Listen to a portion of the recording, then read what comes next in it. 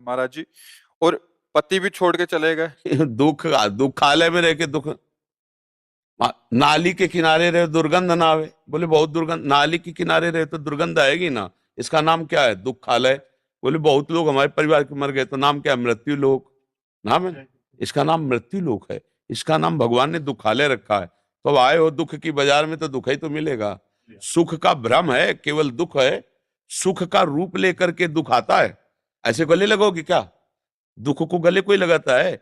जब सुख की लेवल में दुख आता है और गले लगाते हैं, जब परिणाम में पता चलता है दुख, तो लगता है यार ये भी दुख था, ये भी दुख था, सब दुख था। तो दुख वाली तो बातें ही छोड़ो, कुछ दुख है नहीं है। क्या दुख है? सबसे बड़ा दुख है कि हमारी श्वास बेकार जा रही, नाम नहीं जप पा रहे, इसके लिए रो। और क्या दुख है? अरे जी रहे हो, खा रहे हो, पी रहे हो, ऑक्सीजन ले रहे हो।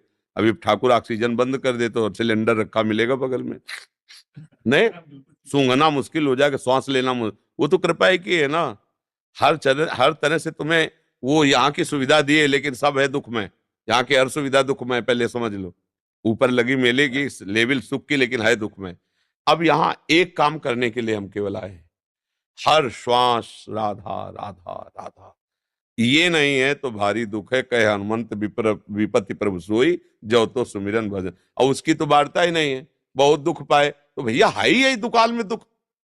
अब पुस्तकालय में जाओ, बोले आधा किलो जरा दूध वाली बर्फी देना, तो लोग तुम्हारी तरफ देखेंगे कि नहीं देखेंगे? ए पढ़े लिखे हो? बोले हाँ। तो लिखा क्या लेबिल में? पुस्तकालय मांग क्या रहे हो? जाओ भैया मिष्ठान भंडार में जाओ। ऐसे ही भगवान ने लेबिल लगा दी है, दुखालयम अशाश्वतम। मांग क्या रहे हो? सुख। तो हंसने की बात है, दुखालय में जन्म लिया तुम सुख चाहते हो? हाँ एक उपाय है, जिन्होंने इसको दुखालय बनाया, अगर उनका भजन करोगे तो ये भी सुखमय हो जाएगा, ये भी तुम्हारे लिए सुखमय, दसों दिशाएं सुखमय हो जाएंगी। एकमात्र भगवान का भरोसा करके नाम जप करो, सुमिर पवन सुत पावन, नामू अपने बस कर राखेरा। कर तुम अकर तुम अन्यथा कर तुम, भगवान तुम्हारे साथ बाल बांका भी नहीं होगा। रश्मि जी कनाडा से, पूज्य महाराज जी सादर प्रणाम। महाराज जी, मनुष्य जन्म का उद्देश्य भक्ति करके भगवत धाम वापिस जाना है, लेकिन जब करते समय मन बहुत विचलित होता है। मंदिर जाना, सेवा करना यथासंभव, कभी कभी तीर्थ यात्रा में जाना भी हो जाता है।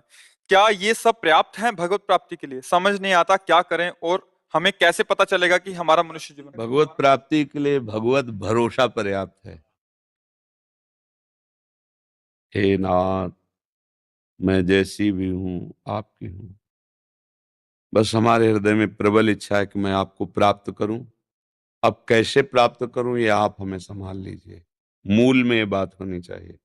इसके बाद कई बार हमने सत्संग में भी कहा है कि बाहरी व्यवहारों में मन लग सकता है, लेकिन निरंतर नाम जप में नहीं लग सकता, क्योंकि नाम जप मन को मारता है। व्यवहार में उसको चांस मिलता है, खुराक मिलती रहती है। जैसे हम तीर्थ याटन जा रहे हैं तो संसारिकता भी दिखाई दे रही, मन को चैन मिल रहा है। सेवा कर रहे हैं तो बातचीत और ऐसा, लेकिन जब नाम जप कर रहे हैं तो सीधे नाम का ध्यान, नाम का सुमिरन, तो मन मरता है। इसलिए मन को पसंद नहीं मरना। मरना किसको पसंद है?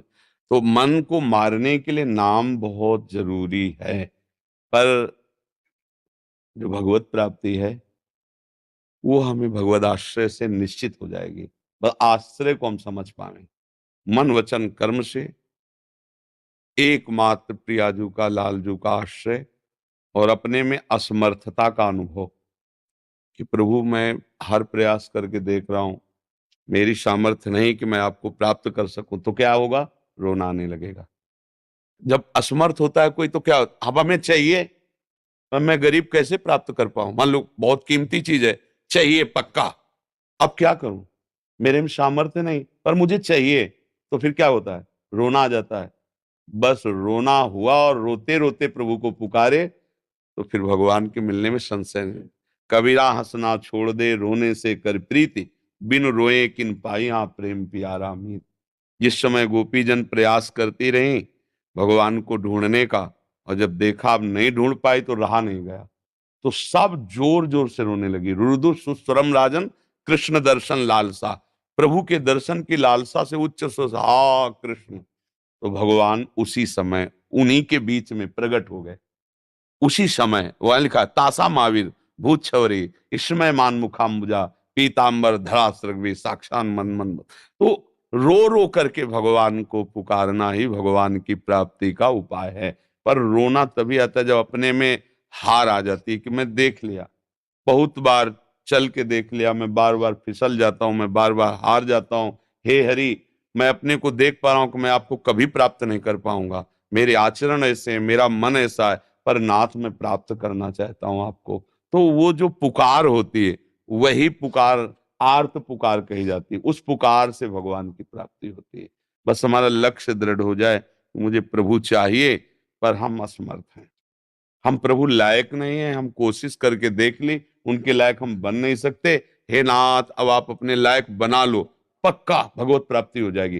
कैसे भी हो तुम, परिणाम में तुम्हें भगवत प्राप्ति हो जाएगी, क्योंकि आपने जो अपने हृदय की बात रख दी ना, तो भगवान दोनों पक्ष को देख रहे, आपको भी और अपनी माया को भी, कि मेरी माया कितनी प्रबल है, अभी मेरी शरण में आ गया, अब बस बात बन जाएगी।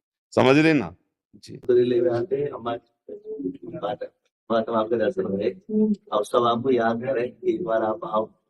अब बस इसी रोग ने हमें बांध दिया, नहीं तो महीना मुश्किल होता था, 2-3 दिन राधा बाग में रहना, आप ब्रजवासियों की जूठन पाना, यही हमारी सामर्थ है। बाबा ये तो आप ही कह रहे हैं, पर हमें बड़ी कृपा करिए। हाँ, बस यही हमारी लाडली का चमत्कार है। मतलब डॉक्टर भी, जैसे हम ये लोग ले गए हैं ना, तो जैसे सामने खड़े तो उनका मरीज को सामने लाओ, तो ये खड़े तो है, वो ये मरीज है। तो केवल मेरी लाडली का जो प्रभाव है ना, ब्रह्मेश्वरादि सुदरूप पदारविंदो श्रीमत पराग परमाद्भुत वैभव आया। स्वामिनी का वैभव उनके निजजन ही जानते हैं, नहीं तो लालजू का ही सब वैभव जानते हैं। और जहां लालजू अपना वैभव भूलकर स्वामिनी के सामने मांगत लाल लाडिलो नागर, जहां कृपा की याचना अखिल कोटि ब्रह्मांडों का ईश्वर करता है, किसी का माथा कैसे समझ पाएगा। जहां अखिल कोटि ब्रह्मांडों का ईश्वर भी पीकदानी लिए खड़ा है, वहां तो वो हमारी महारानी जो है, हमारे कर्म ने, पूर्व कर्म ने तो हमें नष्ट कर दिया, मान लो खत्म। अब हमारी लाडली से हम जो चल रहे हैं ना, हमारी बैटरी लाडली है। उन्हीं से अब चल रहे। अब जैसे 1 बजे से चल रहा है, रात्रि के 1 बजे अपनी दिनचर्या करके निकल के 2:30 बजे यहाँ के यहाँ सब चल रहा है, रात्रि से चलता है। हाँ, 4:15 बजे तो सत्संग प्रारंभ हो जाता है, उसके पहले खूब नाम कीर्तन राधा नाम का, ऐसे। ये हमारी सामर्थ्य नहीं है, स्वस्थ पुरुष की सामर्थ्य नहीं है। 3 घंटे कोई लेटे और नींद ना आवे, और फिर इसके बाद जगकर दिनचर्या होती रहे, तो शरीर में पीड़ा हो, चलने फिरने की सामर्थ्य, कोई दिन ऐसा नहीं जिस दिन उल्टी का हो, आवेश, क्योंकि किडनी खराब, पग पग पे कष्ट, लेकिन पग पग पे दुलार लाडली का, उसी दुलार से हम तो इसीलिए तो हम सबको कहते हैं, अरे राधा राधा बोलो, लाडली से आंख मिलाओ, क्या रह जाएगा, तुम्हें जो चाहिए वो मिल जाएगा। साक्षात महारानी जो बैठी हैं, हमारे पूरे संपूर्ण ब्रज मंडल की अधिष्ठात्री स्वामिनी, और अखिल कोटि ब्रह्मांडों के ईश्वर की भी ईश्वरी, तुम्हारी समझ में नहीं आ रहा। राधा राधा बोलो, श्री जी से आंख मिलाओ लाडली, और ऐसी करुणामयी सरकार, साफ ज्ञान विज्ञान झाड़ू लगाने योग्य हो जाता है इनकी कृपा के आगे। ने कहूं न रिस कहूं, भूली हूं न होत सकी, रहे तो प्रसन्न सदा। हमारी स्वामिनी जो कभी नाराज ही नहीं कि बहुत दुष्ट, मेरी बात ही नहीं मानता, हर बार गलती करता रहता है। ने कहूं न रिस कहूं, भूली हूं, कभी स्वामिनी जो अपराधी नहीं मानती है। अवगुण करे समुद्र सम, गणत ना अपनो जान, और राई के सम भजन को मानत मेरु समान। हमारी स्वामिनी जी जो है ना, अगर समुद्र के समान अपराध बन जाए, तो लालजू से कहते मेरा है, फिर भी तुम इसे अपराधी मान। बोले नहीं जी नहीं, बिल्कुल अपराधी नहीं। अलुल्लिख्यालंताल तदपराधान मधुपतिर महाप्रेमाविष्टम, तो परम देयम विंशति तवैकम श्री राधे गृणति ही नामामृत रसम। बोला राधा, तो श्री जी ने ऐसे देखा तो लाल जी ने पूरा रजिस्टर फाड़ दिया, उसका जो जन्म जन्मांतर रोका था वो अनुलिख्या, आगे लिखेंगे नहीं अपराध, क्योंकि महारानी जी का नाम लिया है और महारानी जी का ये जन है। लालजू भी डरपते हैं, जिससे लालजू डरपते हैं वो केवल महारानी जो है, उनकी भ्रकुट टेढ़ी हो जाए महारानी जी की, तो सखियों के चरण छूने लगते हैं कि मना दो। मान धारण कर लिए लाडली जू, नहीं तो लालजू ऐसे कि अगर भ्रकुट तान ले तो काल भी थर्रा उठे। वो महान ईश्वरों के भी ईश्वर, लेकिन हमें ऐसा दरबार मिल गया जो जन्म जन्मांतर की तपस्या से भी नहीं मिल सकता। मेरी लाडली जू ने अपना बना लिया। बस हम ये कहते भटकते काहे को यार, तुम्हें किसी के आगे हाथ जोड़ने की जरूरत नहीं, किसी के चमत्कार की जरूरत नहीं। बस राधा राधा बोलो, देखो क्या नहीं हो। पर इसमें बोलना पड़ता है ना, उनको लगता है कि 100-200 रुपया दे के कोई जंतुर बांध दे जो इसीलिए भटकना है, जो ये लोगों का भटकना है ना। हम कह रहे हैं अगाध करुणा सिंधु कामधेनु स्वरूपा चिंतामणि स्वरूपा हमारी लाडली, तुम करके तो देखो। राधा राधा राधा राधा। बाबा बरसाने वाले ने प्रश्न किया कि हमारी तरफ से पूछे हुआ बात है कि बरसानो याद ना आवे। आप सही पूछो तो हमारे सामने लाडली लाल की छवि विराजमान है, और जितने बरसाने की माला आती है ना श्री जी की, वो सब सिराने रखी है। याद तो उसकी की जाती है जिसको भूला जाता है, वो तो क्षमा गई है।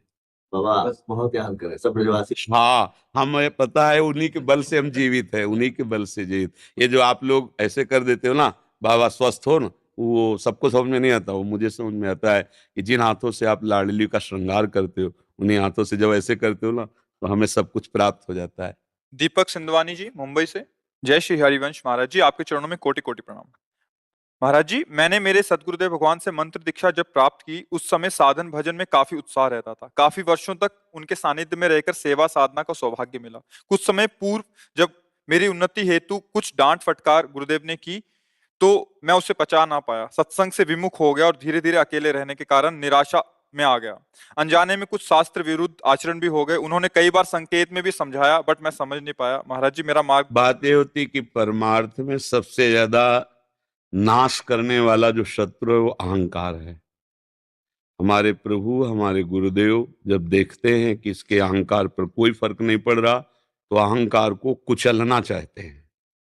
जब वो अहंकार के कुचलने का ऑपरेशन करना चाहते हैं, तभी थिएटर से भाग जाता है मरीज, मरीज भाग जाता है। क्योंकि अहंकार संसर्ति मूल शूल प्रदनाना सकल शोकदायक अभिमाना। तो हम जीवत्व अभिमान में, देहाभिमान में जो हम गुरुजनों की शरण लेते हैं, और जहां वो तुम्हारे अभिमान पर ऑपरेशन करना शुरू करते हैं, तहां भाग पड़ता है उपासक। अगर भागे ना, वो वहीं रुक जाए, तो जीवन मुक्त बना के छोड़ते हैं महापुरुष। वो अहंकार हम बचाए रखते हैं। हमने तो कोई गलती नहीं की, फिर डांटा क्यों? तो सोचना चाहिए ना, भगवत प्रेमी है महात्मा, फिर डांटे क्यों? मतलब कोई ना कोई तो आंतरिक राज से हम जानने, हमें और डटना चाहिए। वो जब दुत्कारे तो हमें और नजदीक होना चाहिए कि कोई है बात। जब वो बुला रहे हैं, दुलार कर रहे हैं, तब तो लग रहा है कि हमारे गुरुदेव। जब वो भगा रहे हैं कि आज के बाद गेट में ना घुसना, तो ठीक है महाराज, हम गेटे में बैठे मिलेंगे, जब आप निकलोगे तब हम मिलें, हमारे पास दूसरा ठौर नहीं, तो काम मंजे। एक प्रसंग में संदीपनी जी जब अपने गुरुजी के पास रहते थे, तो बहुत से शिष्य थे, उन्होंने प्राण समर्पित करने का भाव दिखाया। संदीपनी जी ने गुरुदेव की श्रीअंग सेवा से धैर्य प्राप्त किया था। एक कहना कि मैं आपका हूं, और एक होना अंदर से, इसमें अंतराय होता है। कहने वाला फेल हो सकता है, होने वाला नहीं। अब उन्होंने अपने को पागल साबित कर दिया, संदीपनी जी के गुरुजी ने। लघुशंका हाथ में लेके ऐसे फेंकना, थूकना, ईंट मारना, ऐसे भागना शुरू हुआ। सब भाग गए। कुछ समय बाद स्वस्थता की लीला की कि अब मैं स्वस्थ हो गया हूं। तब देखा कोई नहीं। संदीपनी जी से पूछा, तुम क्यों नहीं भागे? तो उनका गुरुजी, आपको फिर स्नान कौन कराता, भिक्षा मांग के कौन लाता, आपको पवाता, तो हमने तुम्हारे साथ गलत व्यवहार नहीं किया। बोले, प्रभु गलत व्यवहार तो तब हो जब दूसरा कोई हो। ये तन ये मन प्राण आपको समर्पित हैं। आप चाहे इन्हें मारो, चाहे पीटो, चाहे दुलार करो, चाहे गोद में बैठा लो, चाहे हमें आप नाली में बैठने के लिए कह दो, ये तो आपको हमने दे दिया है। बहुत प्रसन्न हुए। बोले, बेटा, मैं जिस भजन के बल से जिस भगवान को प्राप्त होऊंगा, वो भगवान तुम्हारा शिष्य बनेगा आके। तो जगत गुरु भगवान कृष्ण नीचे बैठे और संदीपनी जी आसन में बैठे। गुरु प्रताप समझना होता है। समर्थ स्वामी रामदास जी के पास हजारों शिष्य थे, तो जो 2-3 सेवा करने में प्रधान थे, उनसे ईर्ष्या करते थे। एक दिन प्रश्न किया कि आपके समीप एक ही है क्यों सेवा में नजदीक रहते हैं, हम लोग भी तो हैं।